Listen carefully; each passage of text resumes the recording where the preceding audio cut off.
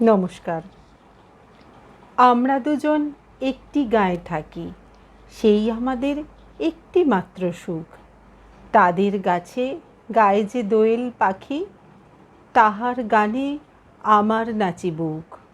তাহার দুটি পালন করা ভেড়া চড়ে বেড়ায় মোদের বটমূলে। যদি ভাঙে আমার ক্ষেতের বেড়া, কোলের পরে নিই তাহারে তুলে।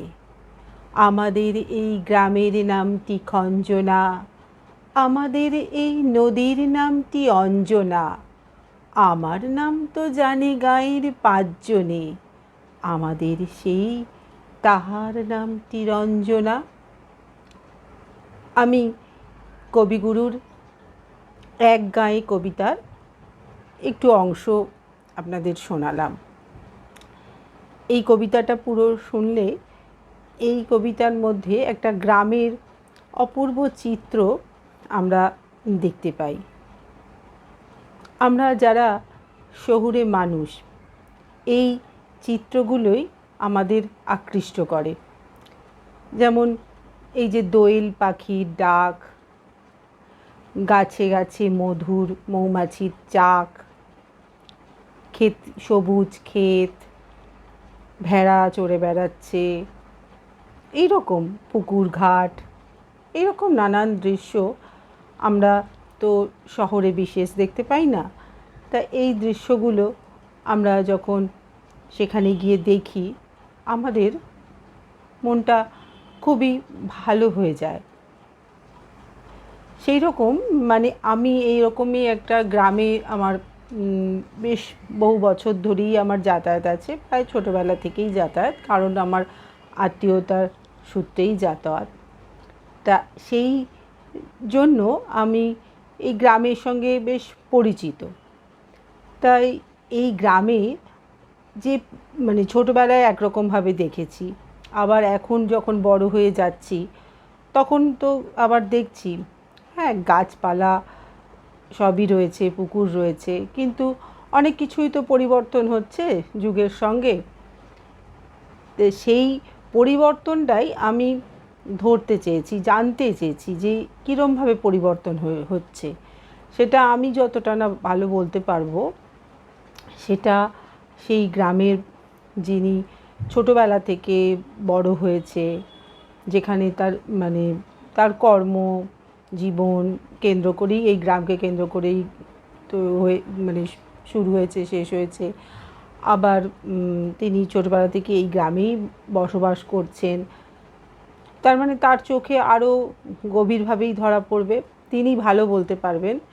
সেই রকমই একজন প্রবীণ মানুষকে আমি কথা বলার জন্য আমি ডেকেছি এবং তার সঙ্গে কথা বলেছি।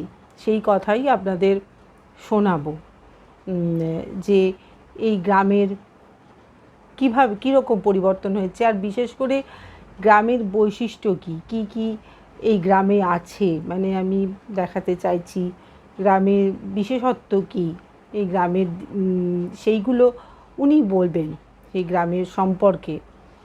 তাই আমরা তার মুখ থেকেই কথাগুলো শুনবো।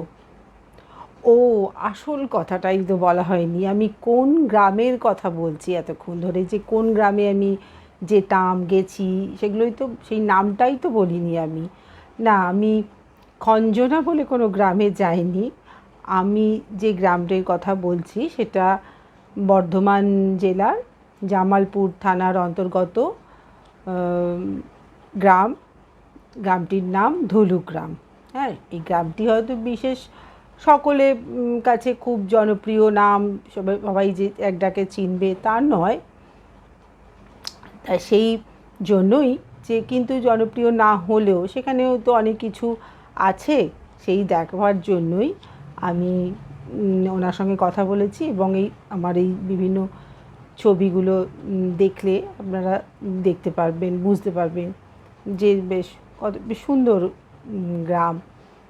তাই কেমন লাগে আপনারা দেখুন, কথা শুনুন, আর জানাবেন আমাকে অবশ্যই যে ভালো লাগলো নাকি খারাপ লাগলো। ভালো লাগলেও জানাবেন, খারাপ লাগলেও জানাবেন। তাহলে চলুন আমরা যাই। ওনার কাছে, ওনার কথা শুরু করি, আর আমরা তার সঙ্গে সঙ্গে ছবিও দেখব। চলুন। স্বাগত। হ্যাঁ, আপনার নামটা বলুন। আপনার চ্যানেলকে আমি স্বাগত জানাচ্ছি। না, ঠিক আছে। আমার নাম হচ্ছে শ্রী অজয় কুমার মজুমদার। খুব ভালো লাগছে আপনাকে আমার পেয়ে। আপনার এই গ্রামে আমি এসেছি, আপনার এই গ্রামটায় আমি একটু ঘুরলাম, ঘুরে বেশ ভালোই লাগলো। আর এই গ্রামে আপনি একটু বলুন, আপনার এই গ্রামে আপনি কতদিন ধরে বাস করছেন, আপনার এই গ্রামে আপনি বাড়ি জন্ম আপনার এখানেই কি না, সেই সম্বন্ধে আপনি একটু বলুন আমাদেরকে বা আমাদের দর্শকদের। মানে ওয়াকিবহাল করতে হয় গ্রাম সম্বন্ধে আপনি একটু জানতে চাই? হ্যাঁ হ্যাঁ হ্যাঁ। আমি আপনাকে গুছিয়ে অনেক কিছু দেখেছি। প্রথম যখন এই গ্রাম থেকে আমরা যখন প্রাইমারি লেভেলে পড়াশোনা করেছি এই গ্রাম থেকেই, এখানে একটা প্রাইমারি স্কুল আছে, অনেক পুরনো স্কুল, অনেক ভালো ভালো ছেলে এখানে পড়াশোনা করে আগেকার দিনে মানুষও হয়েছে এবং তারা খুব কৃতি সন্তান। তারা নিজের ক্ষেত্রে প্রতিষ্ঠিতও হয়েছে। যাই হোক, তখন আমাদের গ্রামে স্কুল বলতে প্রাইমারি স্কুলটাই ছিল। এখন অনেক পরিবর্তন হয়েছে, আমি পরে সে কথাগুলো বলছি।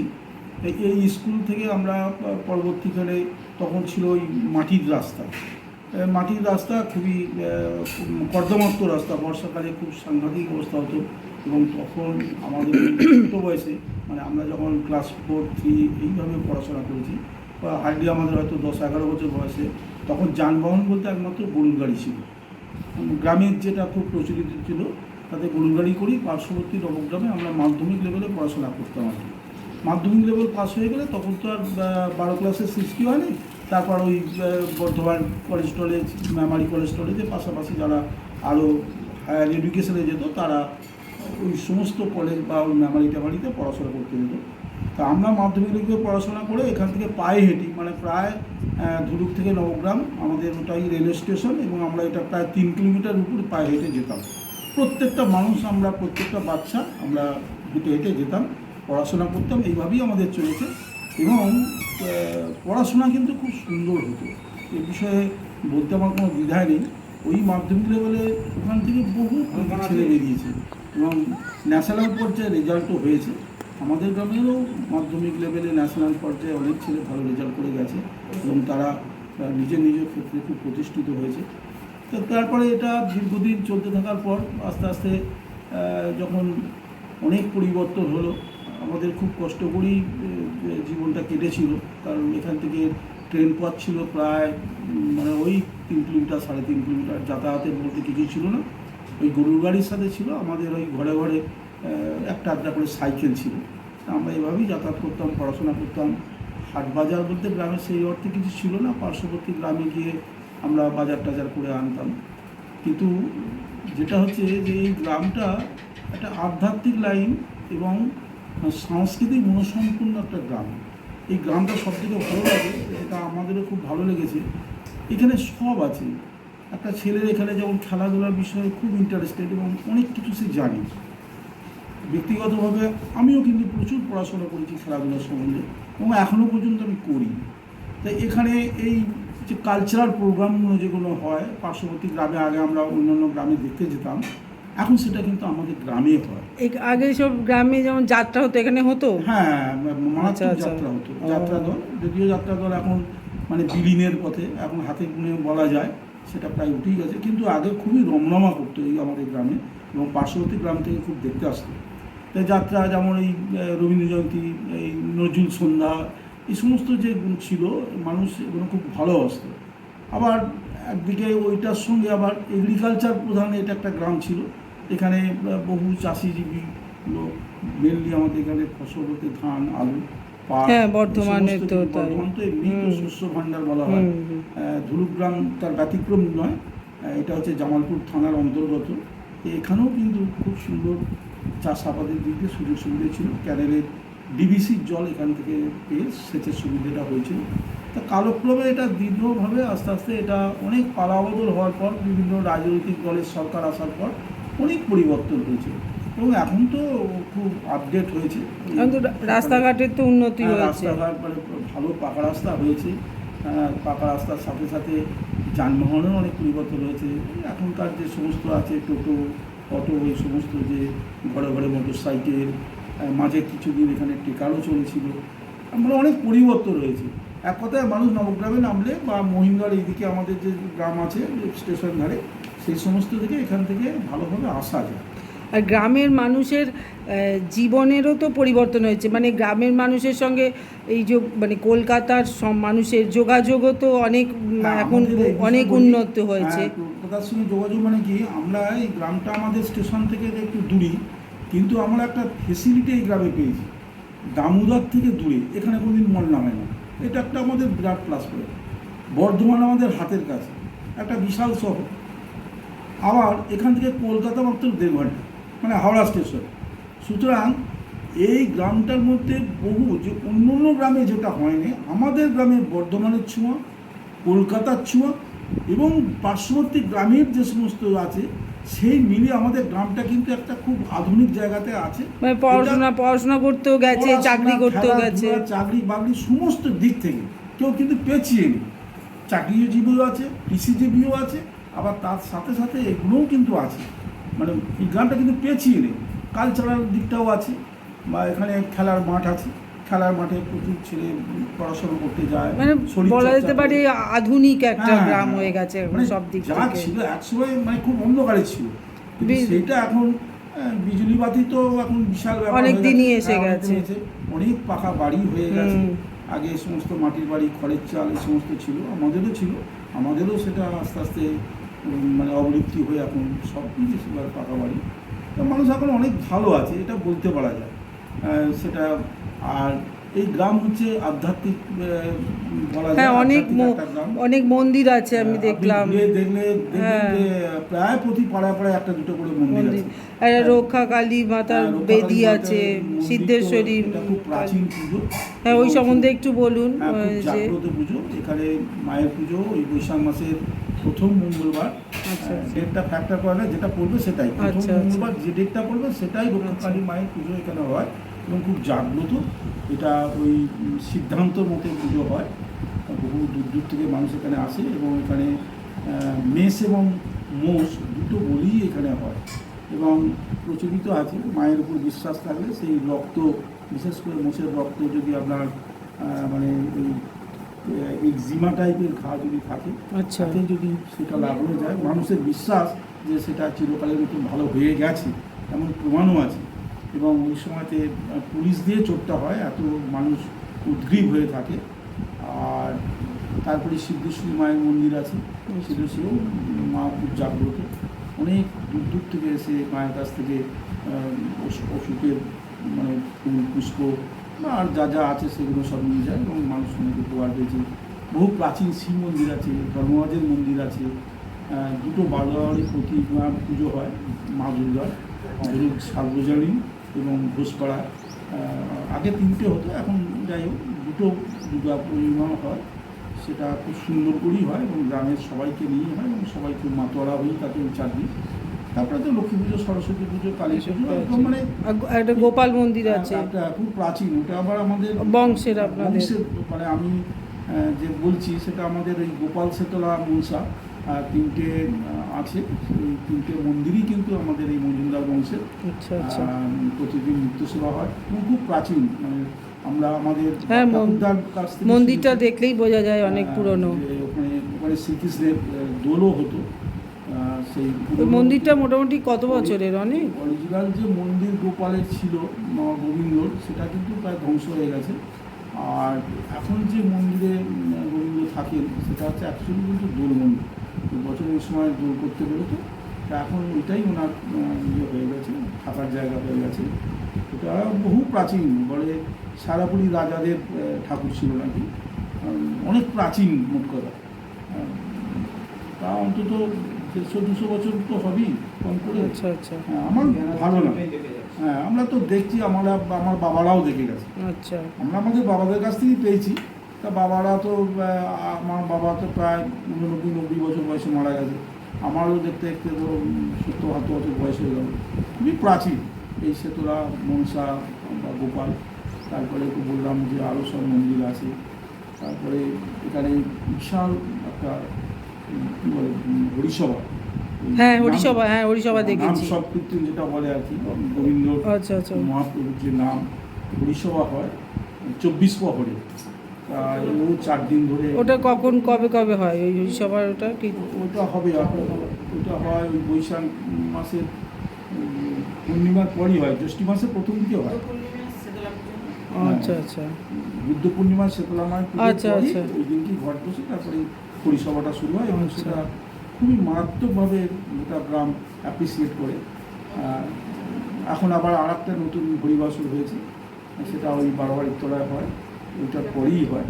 তো এই খুব প্রাচীন গ্রাম আর কি, খুব নির্দিষ্ট এবং মানে প্রাচীন। নানান রকম এই পুজো পার্বণ উৎসব হ্যাঁ, নিয়ে মানে লেগেই আছে গ্রামে একদম, লেগেই বেশ আছে। এটা সবাই প্রত্যেক মিলেই দিনই বেশ। লেগে আছে, প্রত্যেকটা অনুষ্ঠানই এখানে হয়। তারপরে আমাদের এই কালী পুজো বা এই সমস্ত দুর্গা পুজো, লক্ষ্মী পুজো পরে গ্রামের কতিপয় আছে যারা খুব উঁচু দরের লোক সবাই আছে। গ্রামের মানুষ হ্যাঁ, ইনভলভ তারা হয় হয়ে সবাই খুব বড় বড় মানে সাংস্কৃতিক অনুষ্ঠান হয়, প্রায় নিজেদেরই পয়সা খরচা করে। আছে এরকম মহান কিছু ব্যক্তি, তারা নিজের পয়সা খরচে মানুষকে আনন্দ দেওয়ার জন্যে ভোগ উৎসব হয়, সাংস্কৃতিক অনুষ্ঠান হয়। অনেক জি বাংলা খ্যাত বা তারও বাইরে আরও যারা বড় আছে সেই সমস্ত গানের আর্টিস্ট দিয়ে এসে এখানে খুব বড় বড় ফাংশান হয়, আচ্ছা এবং আচ্ছা। সবটাই কিন্তু বিনা পয়সায় হয়। বহু পার্শ্ববর্তী গ্রাম থেকে এসে মানুষ খুব আনন্দ উপভোগ করে, এবং যারা এটা উদ্যোক্তা, তার মেন যারা এটা পরিচালনা করে, তারা বলে যে পুরো গ্রামীণকে আনন্দ দেওয়ার জন্য জন্যই এটা তারা করি। করে। এবং পার্শ্ববর্তী গ্রামেরা এসব যোগ দেয়। রিসেন্ট যোগ হয়েছে মা জগদ্ধাত্রী মায়ের, আচ্ছা আচ্ছা। সেও বিশাল আয়োজন করে হয়। আমারই ভাইরা তাতে খুব জড়িত। যোগ দেয়। তারা মেন অংশটাই তারা আচ্ছা। বহন করে, গ্রামের মানুষও খুব শেয়ার করে। সেও খুব সাংস্কৃতিক অনুষ্ঠান, ভোগ প্রসাদ এইসব মিলিয়ে একটা বিশাল প্যাকেজ হয় এই গ্রামে। আমাদেরই গ্রামের, আমাদের থেকে অনেক জুনিয়র, তিনি এখন মঠের একজন মহারাজা। এটা খুব গর্বের বিষয়। উনি একটা অনুষ্ঠানের মাধ্যমে এখানে এসেছিলেন। আমাদেরই বারোয়ারির যে দুর্গা প্রতিমা পুজো হয় সেইটাকে এক ভদ্রলোক, যদিও উনি কয়েকদিন আগে মানে মাঝখানেক আগে আমাদের ছেড়ে চলে গেছেন না জানার দেশে, উনি এটাকে সংস্কার করে দিয়ে গেছেন। ও এবং উনিও খুব ভালো ব্যক্তি ছিলেন, নালেকের এত বড় কাজ করতে পারে।